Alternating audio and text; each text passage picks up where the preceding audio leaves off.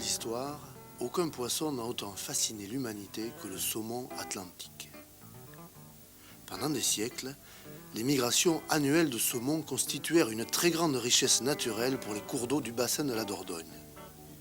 Cette sculpture, datant de l'époque préhistorique, a été retrouvée dans la grotte du Poisson aux Zéizy. Âgée de plus de 20 000 ans, elle constitue le témoignage le plus ancien et certainement le plus émouvant concernant le saumon de la Dordogne. À cette époque, en effet, les habitants de notre région considéraient le saumon atlantique comme une importante ressource alimentaire. Des vertèbres de saumon ont été retrouvées lors des fouilles réalisées dans les foyers de nombreuses grottes. Au Moyen Âge, des ânes chargés de saumon partaient vers les causses lotois, fournir aux habitants un aliment riche et très prisé. Eh bien voilà, nous avons eu le plaisir, M. de la Bardoni nous avait confié un document qui était un contrat de louage pour des domestiques, un ménage de domestiques qui avait été signé en 1830. Et il était bien spécifié à la fin de ce contrat qu'il ne devait pas, que le patron, M. de la Bardoni, ne devait pas leur donner de saumon plus de 2 fois par semaine, depuis l'Ascension jusqu'au 15 août. En 1851, des statistiques montrent que sur 80 km de rivière, les pêcheurs ont capturé plus de 12 tonnes de saumon, 15 tonnes de lamproie, sans parler des aloses, anguilles et autres poissons. Ces saumons étaient expédiés aux halles du Mans et de Paris, et l'on retrouve sur les bordereaux d'expédition de la pêcherie de Bergerac des détails qui nous font rêver. En 1905, le goujon de la Dordogne se vend plus cher que le saumon. Les plus petits sont les plus appréciés. Dans la Haute-Dordogne, entre Argentat et Beaulieu, c'est à la fin de l'automne que la femelle creusera son nid dans le gravier. Elle y déposera ses œufs et le mâle les fécondera. Au printemps, des milliers d'alevins émergent des graviers et au mois de juin, les jeunes saumons commencent à s'aventurer à la recherche d'une nourriture abondante. Ces jeunes poissons, appelés tacons, trouveront en Dordogne des abris nombreux et une eau de qualité dont la température et l'oxygénation leur conviennent tout à fait. Au printemps ou à l'automne, lors d'une crue, ils dévaleront vers l'océan. C'est à ce moment-là qu'ils vont mémoriser l'odeur de la Dordogne qui les guidera sur leur chemin de retour. La vie marine dure 1 ou plusieurs années, puis le saumon reviendra dans sa rivière d'origine au terme d'un extraordinaire voyage pouvant atteindre plus de 4000 km à travers l'océan. Il remontera alors jusqu'aux Frayères, situées dans la Haute-Dordogne.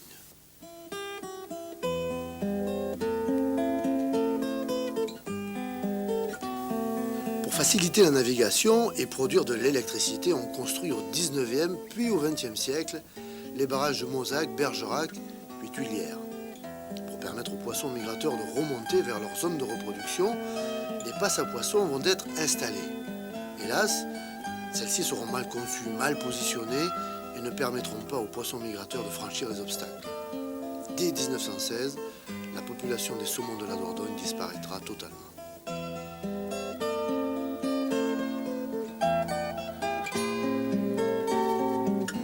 C'est en 1978 que le ministère de l'Environnement, conscient de l'importance du problème, met en œuvre, avec l'aide du Conseil supérieur de la pêche, des études et des réalisations pour sauver le saumon atlantique et tous les poissons migrateurs.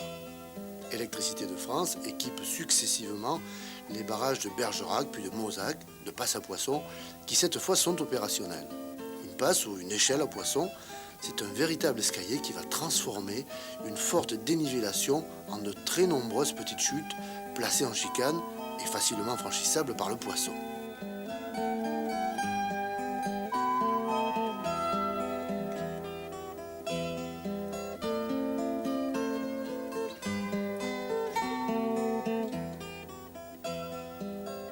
Des observatoires permettent de suivre la remontée des poissons migrateurs et d'étudier l'efficacité de ces passes à poissons. Le barrage de Tuilière sera équipé d'une passe à poissons dès 1989.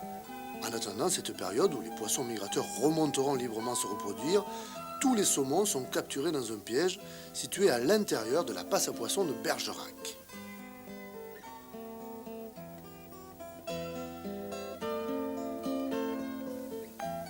Ces géniteurs vont permettre aux biologistes de reconstituer la souche sauvage des saumons de la Dordogne. Les poissons sont endormis, transportés et conservés au musée aquarium où ils sont soignés.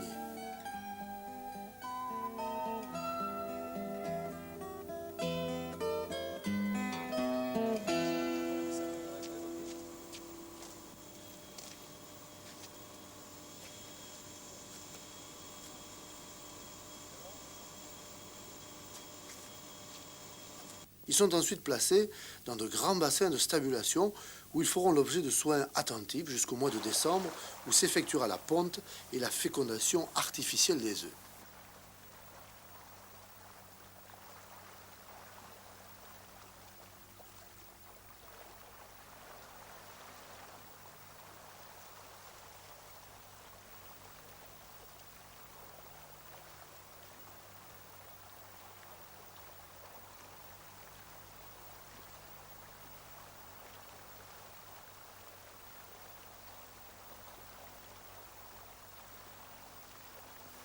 Après une période d'incubation d'environ 2 mois, les alevins vont naître, grandir et seront transférés en pisciculture. Ils y sont élevés pendant 1 an. Au mois de février, ce sont des poissons d'environ 15 cm appelés tacons. Ils sont alors suffisamment autonomes pour être déversés dans la Dordogne. Ils y resteront quelques mois, puis devenus de beaux poissons argentés appelés smolt, ils descendront vers la mer à l'occasion d'une crue. Le retour de ces poissons de grande valeur dans la Dordogne dépendra alors du respect de la réglementation de la pêche et surtout de l'attitude de chacun par rapport à la rivière.